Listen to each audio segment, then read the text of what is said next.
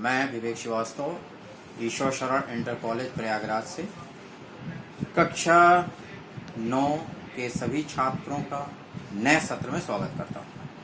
मैं आज कक्षा 9 की कक्षा प्रारंभ करने जा रहा हूँ, जिसमें पहला अध्याय है संख्या पद्धति, जिसके बारे में मैं स्टार्ट करूँगा और समझाने का प्रयास करूँगा। जैसा कि आप जान रहे हैं कि इस समय कोरोना वायरस के चलते हम सभी लोग अपने अपने घरों में हैं। आप भी अपने घर में हैं, हम भी अपने घर में हैं। सरकार, माननीय प्रधानमंत्री जी, माननीय मुख्यमंत्री जी, इन लोगों के निर्देशानुसार हम लोगों को घर से बाहर नहीं निकलना है। तो आप भी घर से बाहर ना निकलें, घर में रहते हुए ऑनलाइन कक्षाओं से अपने ज्ञान को अर्जित करने का प्रयास करें। कोशिश करें कि आप उसको पढ़ें, समझें, और जितना अधिक से अधिक प्रयास करेंगे आप उतना समझेंगे। और जो प्रॉब्लम अभी भी रह जाएगी, तो ऐसा नहीं है कि जो अभी पढ़ाया जा रहा है वो दोबारा आपको नहीं बताया जाएगा। जब हम लोग कक्षा में मिलेंगे तो पुनः आपको जो चीज़ समस्याएं रहेंगी उसको पुनः हम लोग दूर करने का प्रयास करेंगे। ठीक है, अभी अपना भरसक प्रयास करते हैं कि आपको अधिक से अधिक चीज़ें समझ में आ जाए। ठीक, तो अब हम पहला अध्याय संख्या पद्धति स्टार्ट करने चल रहे हैं। बच्चों, आज मैं पढ़ाने चल रहा हूँ आप लोगों को संख्या पद्धति। ठीक है, कक्षा 9 का पहला चैप्टर है, पहला पाठ है गणित का। संख्या पद्धति, जैसा कि हम जानते हैं, इंग्लिश में को नंबर सिस्टम कहते हैं। नंबर या संख्या जो बचपन से आप क्लास 1 से सीखते आ रहे हैं, 1, 2, 3, 4, जिनको कि हम प्राकृत संख्या कहते हैं। तो पहला जो हमने पढ़ा है प्राकृत संख्या, नेचुरल नंबर्स। ये वह नंबर्स हैं या वह संख्याएं हैं जो 1 से शुरू होती हैं, 2, 3, 4, 5, 6 और बढ़ती चली जाती हैं। अपरिमित संख्या, जिसको कि हम लोग चिन्ह में इस तरह से निरूपित करते हैं, जिसको अपरिमित कहा जाता है, यानी जो परिभाषित नहीं है।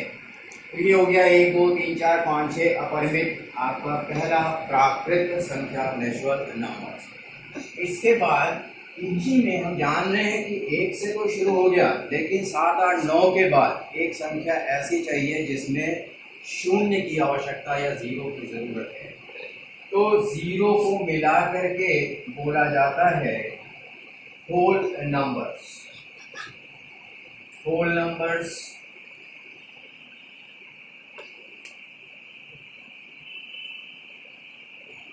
जीरो जुड़ गया, 0, 1, 2, 3, 4, 5 और ये भी चला गया अप टू इंफिनिटी, अर्थात अपरिमित,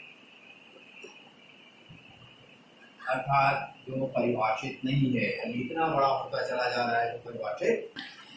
पूर्ण संख्या या होल नंबर्स 0 से शुरू हुआ बेटा, 0, 1, 2, 3, 4, 5 और अनंत तक ये अभी चल रहा है। इसके बाद हम लोग ध्यान दें कि हमारे पास 1, 2, 3, 4, 5, 6 था। होल नंबर में पहुंचे तो उसमें 0 बढ़ गया और 1, 2, 3, 4, 5, 6 आ रहा है। तो अभी जो संख्याएं हमारे पास नहीं है वो है ऋणात्मक संख्या। तो इसके बाद हमारे नंबर्स आए, इंटीजर्स कहा गया उनको इंग्लिश में, और हिंदी में पूर्णांक, जिसमें माइनस यानी निगेटिव पूर्ण संख्याएं भी जुड़ गई, अर्थात माइनस इंफिनिटी से शुरू हुआ, -3, -2, -1, 0, 1, 2, 3 और इसी तरह से चलते चलते प्लस इन्फानाइट। प्लस का इन्फानाइट, माइनस इन्फानाइट मतलब ऋणात्मक दिशा में अपरिमित संख्या और धनात्मक दिशा में अपरिमित संख्या। प्राकृत संख्या पूरी की पूरी आ गई पूर्ण संख्या के अंदर, पूर्ण संख्या पूरी की पूरी आ गई पूर्णांक के अंदर। तो हम लोगों ने देखा कि अभी जो हमारे पास संख्याएं उपलब्ध हैं उसमें पूर्ण संख्याएं अर्थात 1, 2, 3, 4, 5 हैं, -1, -2, -3 हैं, लेकिन उनके बीच की कोई संख्या नहीं है। तो वह संख्या जो उनके बीच में आएगी अर्थात दशमलव की संख्याएं होंगी, उनको कहा गया परिमेय संख्याएं अर्थात रैशनल नंबर्स। तो इंग्लिश में रैशनल नंबर्स और हिंदी में परिमेय संख्याएं।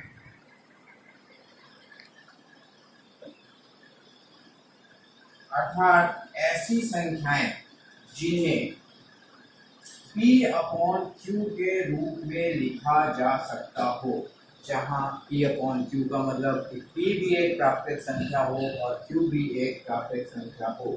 तो P और Q के बीच में लिखा जा सके P/Q के रूप में, जहां Q का मान 0 ना हो। तो इनके लिए परिभाषित ये किया गया, रैशनल नंबर को Q से निरूपित किया गया और इसमें कहा गया ऐसी संख्याएं जो P/Q के रूप में लिखी जा सकें, Q 0 के बराबर ना हो, P और Q दोनों ही पूर्णांक हो। अर्थात ऐसी संख्याएं जो P/Q के रूप में लिखी जा रही हैं, अर्थात 1/2, 2/7, 11/3, -25/39, -21/29 इत्यादि।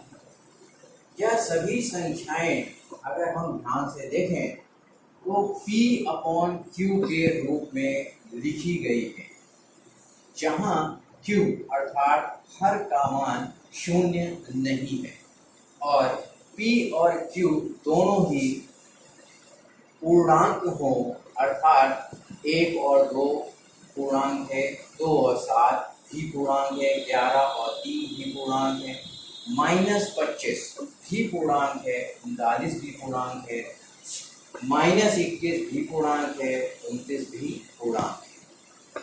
तो हम यहाँ तक देखते हैं कि किस तरह से हमें प्राकृत संख्याएं, उनके अंदर पूर्ण संख्याएं, पूर्णांकों के अंदर, और सारे के सारे पूर्णांक हमारे कहाँ आ जाएंगे, परिमेय संख्याओं के अंदर। क्यों ऐसा हो रहा है, हम देखें कि जो भी हमारा पूर्णांक है, पूर्णांक अगर 3 है, जान रहे पूर्णांक 3 है, -3 है, -2 है, -अनंत है, तो हम 3 को लिख सकते हैं 3/1, जहां 1 0 के बराबर नहीं है, अर्थात हर 0 के बराबर नहीं है। और 3 और 1, 3, 1 दोनों ही हमारे क्या हैं, पूर्णांक हैं, यानी इंटीजर्स हैं। इसका मतलब क्या हुआ कि जो भी संख्या पूर्णांक है वह सभी की सभी परिमेय संख्या लिखी जा सकती है। दूसरा पूर्णांक कोई भी हम दूसरा देख सकते हैं, -31 ले लिया, पुनः हम -31 को क्या लिख सकते हैं, -31/1, और सारी प्रॉपर्टी वही कि 1 0 के बराबर नहीं है, -31 और 1 दोनों ही पूर्णांक हैं, अर्थात यह भी क्या हो गया, एक परिमेय संख्या। तो अब यहाँ तक हम लोग ध्यान दें तो हम पाते हैं कि जितनी भी प्राकृत संख्या है पूर्ण संख्या बन गई, पूर्ण पूर्णांक बन गया, पूर्णांक परिमेय संख्या हो गई, अर्थात जो परिमेय संख्या है वह अब तक सबसे बड़ा संख्या, सबसे बड़ी संख्याओं का समूह बन करके आ रहा है। इस परिमेय संख्या के अंदर सारी की सारी संख्याएं आ रही हैं। अब बच्चों आपने इतना पढ़ लिया है, अब आपसे कुछ प्रश्न है। आप हमें ये बताइए, क्या सभी प्राकृत संख्याएं पूर्ण संख्याएं होती हैं? सोचिए, मैंने कई बार बताया, अपना जब मैं परिभाषित कर रहा था तो कई बार बताया, थोड़ा सा ध्यान दीजिए, शायद जवाब आपको मिल रहा हो। क्या प्राकृत संख्याएं, सभी प्राकृत संख्याएं पूर्ण संख्याएं होती हैं? आपका उत्तर होना चाहिए हाँ।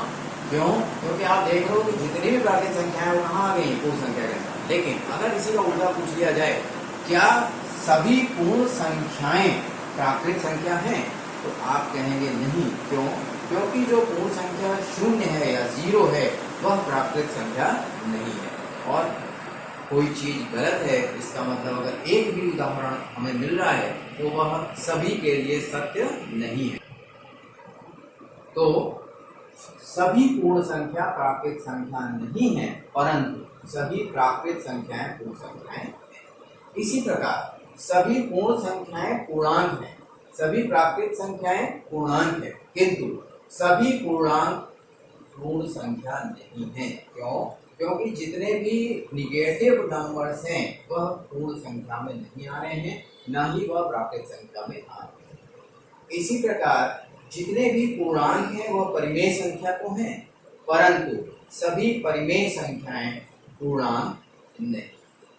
ठीक है, मुझे उम्मीद है आपको इतनी बातें समझ में आ गई होंगी, क्लियर हो गया होगा। अब हम यह देखेंगे कि दो प्राकृत संख्याओं के बीच में या दो परिमेय संख्याओं के बीच में हम कितनी परिमेय संख्या ज्ञात कर सकते हैं। ठीक है, तो अब हमें ये देखना है कि दो परिमेय संख्याओं के बीच में कितनी परिमेय संख्या ज्ञात की जा सकती है। तो एक आपके सामने मैं आपको बता दूं कि किन्हीं भी दो परिमेय संख्याओं के बीच में अनंत परिमेय संख्याएं हो सकती हैं, जो कि अभी आप स्पष्ट रूप से देख लेंगे कि किन्हीं भी दो परिमेय संख्याओं को लिख लिया है। तो मान लिया a और b दो परिमेय संख्याएं हैं, माना a और b दो परिमेय संख्याएं हैं। a और b दो परिमेय संख्याएं हैं।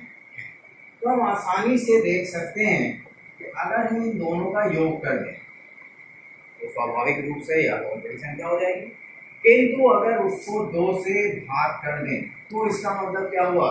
यह संख्या उन दोनों की बीचों बीच में आ रही होगी, अर्थात a + b/2 बराबर c एक परिमेय संख्या हमको मिल गई जो a और b के बीच में आ रही है, c जो कि a + b/2 के बराबर है।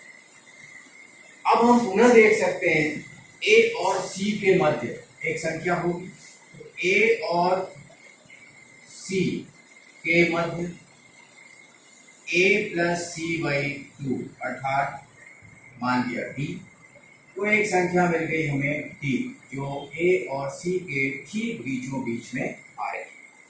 पुनः a और d के मध्य, a और d के मध्य क्या कर दिया जाए? दोनों को जोड़ करके 2 से भाग कर दे, मान लिया e, तो e आ गया a और d के मध्य। इसी प्रकार से a और e के मध्य, फिर मान लो f मिला, a और f के मध्य g मिला, पुनः e और d के मध्य, d और c के मध्य। तो इस प्रकार से हम देखेंगे कि किन्हीं दो परिमेय संख्याओं के बीच में अनंत अर्थात अपरिमित परिमेय संख्याएं हो सकती हैं। इसको भी हम इसी तरह से 1 by 1 दिखा सकते। हम देख सकते हैं अभी हम लोगों ने a और c के मध्य खाली काम किया, a और c के बीच मध्य दिया है और फिर a और d के मध्य, और इसी तरह से पीछे आते चले गए। अब हम आगे बढ़ सकते हैं d और c के मध्य, तो d और c के मध्य, d और c के मध्य क्या आ जाएगा बेटा? d + c/2। तो अब d + c/2 मान लीजिए e आज लिख लिया हमने, तो आगे देखते हैं f, तो d और c के मध्य f मिल गया। पुनः क्या होगा? d और f के मध्य, d और f के मध्य संख्या आपकी हो गई d + f/2, सपोज कर लीजिए g, मान लीजिए g, तो d और f के बीच g मिल गया। सकते हैं पुनः f और c के मध्य ज्ञात कर सकते हैं, c और b के मध्य ज्ञात कर सकते हैं। तो इस प्रकार हम देख रहे हैं कि इन दो परिमेय संख्याओं के बीच में अनंत परिमेय संख्याएं हो सकती है। ठीक है, उम्मीद है आप समझ गए होंगे। तो आप लिख सकते हैं कि अतः किन्हीं दो परिमेय संख्याओं के बीच में, इन्हीं दो परिमेय संख्याओं के बीच अपरिमेय अपरिमेय परिमेय संख्याएं हो सकती हैं या होती हैं, परिमेय संख्याएं होती हैं। तो इस पर भी आपसे प्रश्न पूछा जाता है। आपको दो परिमेय संख्याएं दी जाती हैं और आपसे पूछते हैं कि इन दो परिमेय संख्याओं के बीच में 3 या 5 या 7 या 4 या 6 परिमेय संख्याओं को ज्ञात कीजिए। तो उनको ज्ञात करने का एक तरीका यह है कि आप दो को जोड़िए और उनके दो संख्याओं को जोड़ करके 2 से भाग कर दीजिए, यानी उनके ठीक मध्य वाले को ज्ञात कर लीजिए। फिर जो हमें प्राप्त होता है उन दोनों के मध्य ज्ञात कर लीजिए और इसी तरह से ज्ञात करते चलिए। ठीक है, तो उम्मीद करता हूँ कि ये बात समझ में आ गई होगी। तो हम इस पर एक उदाहरण आपको देते हैं और फिर उसको हल करने की कोशिश करते हैं। हाँ बेटा, अब एक उदाहरण देखा जाए। एक उदाहरण है कि दो परिमेय संख्याओं, कोई भी दो परिमेय संख्या ली जा सकती है। मान लिया, ले लिया दो परिमेय संख्याएं, दो परिमेय संख्याओं कोई भी दो, 3/5 और 4/5, 3/5 और 4/5 के बीच की, अब ये आपके ऊपर निर्भर करता है। 3 ज्ञात कर लीजिए, 4 ज्ञात कर लीजिए, 5 ज्ञात कर लीजिए, जितनी भी आपकी इच्छा हो, के बीच की 3 परिमेय संख्याओं को ज्ञात कीजिए। और ये आपसे प्रश्न एग्जाम में पूछा जाएगा, तो वो जितने पूछे, 3 पूछे पेपर में 3 आपको निकालना होगा, 4 पूछे 4 ज्ञात करना होगा, 5 पूछते हैं 5 ज्ञात करना होगा। तरीका बिल्कुल वही होगा जो अभी अभी हम लोगों ने समझा है। दूसरा भी तरीका है, दूसरी विधि भी है, किंतु अभी जो हमने आपको समझाया है बिल्कुल उस पर आधारित आपको हल इसका कराते हैं। तो हल की विधि एक, पहला विधि से आप हमें समझ लें इसको कि हमारे पास एक संख्या क्या है 3/5 और दूसरी संख्या है 4/5। तो 3/5 और 4/5 के मध्य की परिमेय संख्या बराबर क्या हो गया बेटा, 3/5 प्लस 4/5 और उसको क्या कर दिया जाए, 2 से भाग कर दिया, यानी उन दोनों के ठीक बीचों बीच में आपको एक संख्या ज्ञात हो गई। अर्थात यह क्या हो गया बेटा, 7/5 और बाकी 2 अर्थात 7/10। तो अब हमारे पास एक संख्या तो 3/5 है और दूसरी संख्या 4/5 है, उसके ठीक बीचों बीच एक संख्या प्राप्त होती है 7/10। तो अब हम पुनः क्या कर सकते हैं, पुनः 3/5 और 7/10 के मध्य की परिमेय संख्या। तो अब आप जान लो क्या होना चाहिए भाई, 3/5 प्लस 7/10 और उसको 2 से भाग कर दिया जाए। तो 3/5 प्लस 7/10 भागे 2, अर्थात ये क्या हो गया भाई, लघुत्तम हो गया 10, 5 दूनी 10, 2 तिहाई 6 प्लस 7 अंश में और हर अपनी जगह पर 2। तो अब हम देख पा रहे हैं लघुत्तम लेना आप सभी जानते हैं, 5 और 10 का लघुत्तम 10 हुआ, 5 से भाग करेंगे 2 आएगा, 5 दूनी 10, 2 जो बच रहा है उसको क्या करेंगे 3 से गुणा कर दिया, 2 तिहाई 6, 6 प्लस 7, इधर 10 ही है, 10 से भाग 1 आता है तो 1 गुणे 7 7 ही रहेगा। अब ये क्या बन गया बेटा, 6 और 7 13, तो अंश क्या आ रहा है 13/10/2, अर्थात ये क्या हो गया 13/20। आप जानते हो कि हर और हर का आपस में गुणा हो जाएगा। तो अब 3/5 और 7/10 अर्थात 3/5 और 4/5 के बीच में ही ये भी संख्या लाई कर रही है, यानी कि इन दोनों के बीच में ही है। अब पुनः हमारे पास एक संख्या और ज्ञात करनी है, तो हम इन्हीं दो के बीच ज्ञात कर सकते हैं, 7/10 और 4/5 के बीच के ज्ञात कर सकते हैं, या 3/5 और 13/20 के बीच की ज्ञात कर सकते हैं। उसमें कोई भी अंतर आने वाला नहीं है, क्योंकि इन दो के बीच में हम जान रहे हैं अनंत परिमेय संख्याएं हैं और हमें सिर्फ 3 ज्ञात करनी है। तो उन अनंत में से कोई भी 3 ज्ञात किया जा सकता है, उसके लिए कोई भी आपको ये नहीं कहेगा कि यही 3 ज्ञात कीजिए। ठीक है, कोई भी 3 आप ज्ञात कर सकते हैं। हो सकता है आप जो 3 ज्ञात करें मैंने जो 3 यहाँ ज्ञात करके दिखाई या कोई आपका मित्र ज्ञात करे, वह अलग अलग संख्याएं हो सकती हैं, उससे परेशान होने की आवश्यकता नहीं है, क्योंकि हम जान रहे हैं कि 2 परिमेय संख्याओं के बीच में अनंत परिमेय संख्याएं हैं और हमें सिर्फ 3 ज्ञात करनी है, तो वह कोई भी 3 हो सकती है। तो अब हम लोग ज्ञात करने चल रहे हैं 7/10 और 4/5 के मध्य की परिमेय संख्या। तरीका वही, पुनः वही तरीका। क्या कर दिया जाए बेटा, 7/10 प्लस 4/5, दोनों संख्याओं को जोड़ दिया और 2 से भाग कर दिया। तो क्या मिला हमें, लघुत्तम हो गया 10 और 10 एकम 10, 1 का 7 में गुणा 7 प्लस 5 दूनी 10, 2 गुणे 4 8/2, अर्थात 8 और 7 15, 15/10/2, अर्थात ये क्या हो गया बेटा 15/20। आप चाहो इसको सरल भी कर सकते हो, 15/20 हम जान रहे हैं या 5 का गुणन है, 5 से कट रहा है, 5 3 15, 5 और 20, तो ऐसा भी कर सकते हैं। और नहीं काटते हैं तो भी इस जगह पर कोई फर्क नहीं पड़ेगा, परंतु हम चाहें तो इसको सरलतम रूप में लिख सकते हैं 3/4। तो अतः हम आंसर अपना दे सकते हैं, उत्तर दे सकते हैं। अतः 3/5 और 4/5 के मध्य की 3 परिमेय संख्याएं, 3 परिमेय संख्याएं 7/10, 13/20 एवं 4/5। जैसा कि मैंने पहले भी कहा कि यही 3 संख्याएं इसका उत्तर हो ऐसा आवश्यक नहीं है, यह भी हो सकती हैं, इनके अलावा कोई भी 3 हो सकती हैं। इसलिए आप इस पर बिल्कुल अड़िग मत रहिए कि नहीं मैंने जो निकाला बिल्कुल सही निकाला है और कोई दूसरा आंसर नहीं निकाल सकता, ऐसा नहीं है। आप चाहे कोई और भी निकाल सकते हैं।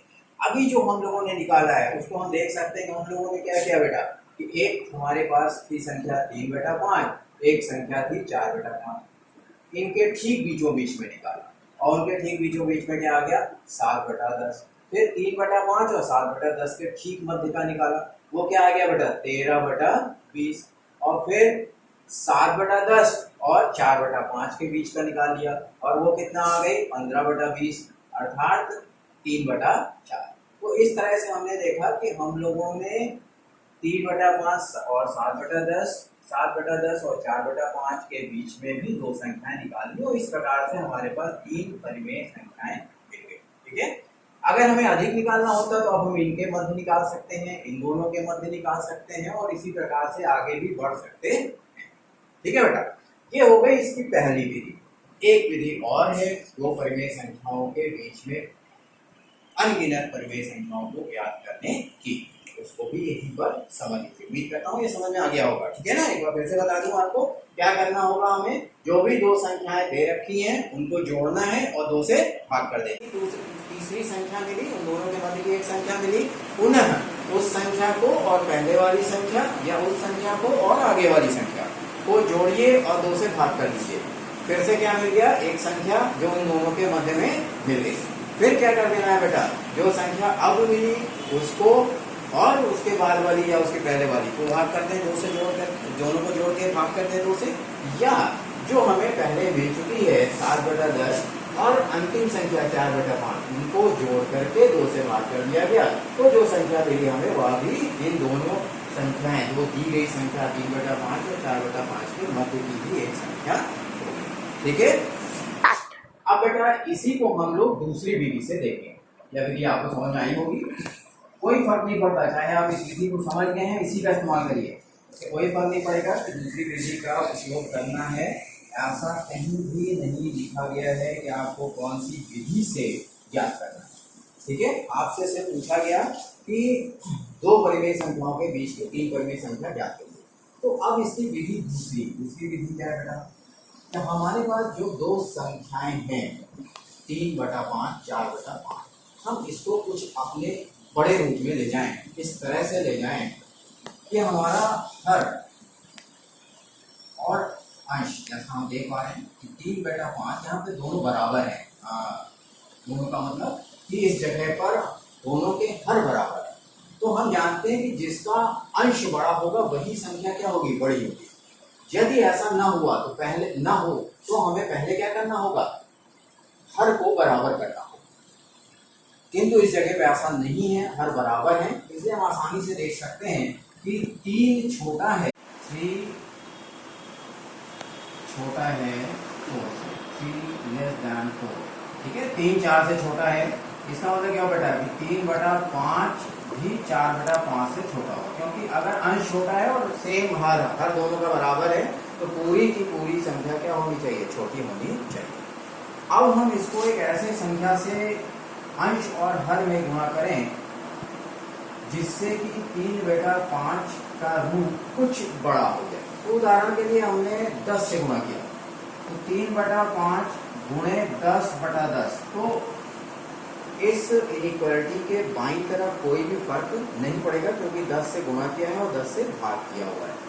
पुनः अगर हम दाहिनी तरफ भी 4/5 को भी उसी संख्या 10 से गुणा और 10 से भाग कर दें, तो हम देख रहे हैं कि यहाँ भी कोई फर्क नहीं पड़ेगा और इनइक्वालिटी में भी कोई फर्क नहीं पड़ेगा, क्योंकि कुल मिला के हमने किससे गुणा किया, 1 से इधर भी और 1 से इधर भी, और हम जानते हैं 1 से गुणा करने पर कोई फर्क नहीं पड़ता। तो इसके बाद हम लोगों की जो संख्या होगी वो बदल के क्या होगी बेटा, 30/50, और इधर क्या हो गई 40/50। अर्थात तो 3/5 और 4/5 हमारी दी गई परिमेय संख्याएं थी, उनको बदल के हमने इस रूप में लिख दिया, 30/50 और 40/50 को। अब हम देख पाते हैं कि दोनों का हर पुनः बराबर है, इनके बीच में अंश अंश देखा जाए, अंश हमारा क्या बेटा 30 और 40, तो 30/50, 30 से बड़ी संख्या क्या हो गई 31, तो 31/50, 30/50 से बड़ा हो जाएगा। 31 से बड़ी संख्या क्या हो गई 32, तो 32/50, 31/50 से बड़ा हो जाएगा। फिर 32 से बड़ी संख्या क्या हो गई 33, 33/50, 32/50 से बड़ा हो गया। और इसी प्रकार से हम पाएंगे 34/50, 33/50 से बड़ा, फिर 35/50, 34/50 से बड़ा, और इस तरह से संख्याएं हमको आसानी से दिख रही हैं। 36/50 उससे बड़ी, 37/50 उससे बड़ा, 35/50 उससे बड़ा, 39/50 और उससे बड़ा 40/50। 40/50 अर्थात 4/5, 30/50 अर्थात 3/5। तो हम लोग को मिल गया 30/50 और 40/50 के मध्य 1 2 3 4 5 6 7 8 9 परिमेय संख्याएं यहाँ पर हमें आसानी से दिखाई पड़ रही हैं, जिनको हम लोगों ने एक ही बार में ज्ञात कर लिया। तो इस विधि का भी हम उपयोग करते हैं इन्हीं दो परिमेय संख्याओं के बीच में 3 या 5 या 7 या 4 या 6 परिमेय संख्याओं को ज्ञात करने के। ठीक है, तो उम्मीद करता हूँ ये भी समझ में आया होगा। और ये जरूरी नहीं कि जैसे मैंने यहाँ 10 से भाग किया, हम ऐसा भी कर सकते हैं। अगर हमें बहुत अधिक संख्या ज्ञात करनी तो हम क्या करने बेटा, इसको 100 से भाग करें, गुणा और 100 से भाग, फिर क्या हो जाएगा 300/500, और इधर क्या हो जाएगा 400/500, और 300 और 400 के बीच में क्या हो जाएगी 301, 302, 303, 304, इस तरह से 399 तक, यानी कि पूरी की पूरी हमारे पास 99 संख्याएं आ जाएंगी जो 3/4 और 4/5 के बीच में रहेंगी। ठीक है, तो उम्मीद करता हूँ ये आपको समझ में आया होगा। इस तरह से कोई भी उदाहरण आप देख सकते हैं अभी हल करने के लिए, और जो भी किताबें आपके पास उपलब्ध हों, अगर आपके बड़े भाई हों आपसे के घर में, आपके बड़े भाई या बड़ी बहन या कोई आपका रिश्तेदार जो घर में हो, एक साथ हो आप, और वो पढ़ रहा हो, अगर उसकी बुक्स आपको मिल सकती हो, उनकी किताबें आसानी से मिल सकती हो, तो आप उनको देख करके प्रश्नों को हल करने का प्रयास कर सकते हैं। ठीक है, तो उम्मीद करता हूँ इतनी चीज़ें आपको समझ में आई होंगी। तो अभी तक हम लोगों ने जितना पढ़ा है वह है परिमेय संख्याओं और उनकी संख्या, परिमेय संख्याओं का जोड़, घटाना, गुणा, भाग, ये सब चीज़ हम कर सकते हैं। वह बिल्कुल सामान्य रूप से होता है, परिमेय संख्याओं का जोड़, परिमेय संख्याओं को घटाना। ये सब आपने शायद पढ़ा भी है कक्षा 8 में, परिमेय संख्याओं का जोड़, परिमेय संख्याओं का घटाना, परिमेय संख्याओं का गुणा, परिमेय संख्याओं का भाग। तो जैसे साधारण अंकों का जोड़ होता है, उसी प्रकार से परिमेय संख्याओं का भी जोड़ और घटाना इत्यादि किया जाता है।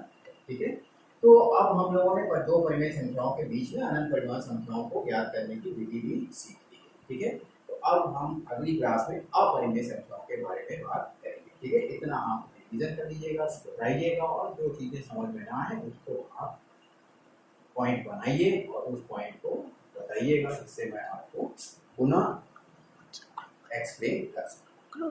ठीक है।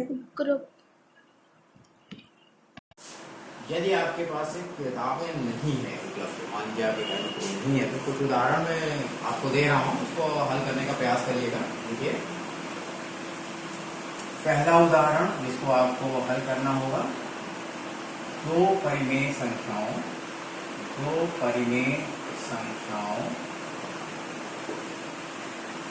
तीन और 7 के मध्य की 5 परिमेय संख्याओं को ज्ञात कीजिए। दूसरा, दो परिमेय संख्याओं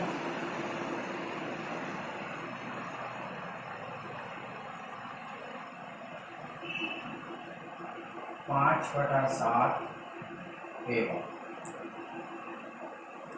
8/7 के मध्य की 5 परिमेय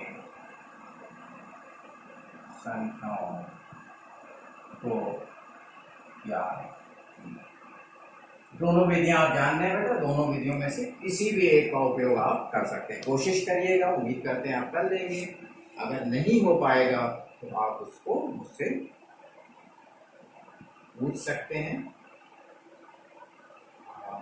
उसको या अगली क्लास में मैं इसको बता भी दूंगा, इससे अगर आप जो किए हों वो आपको समझ में आ जाए कि आपने सही किया है या नहीं किया। ठीक है, ठीक है। फिर हम लोग अगली क्लास में अपरिमेय संख्याओं के बारे में जानेंगे और फिर परिमेय, अपरिमेय और संख्या रेखा इत्यादि के बारे में बात करेंगे। ओके।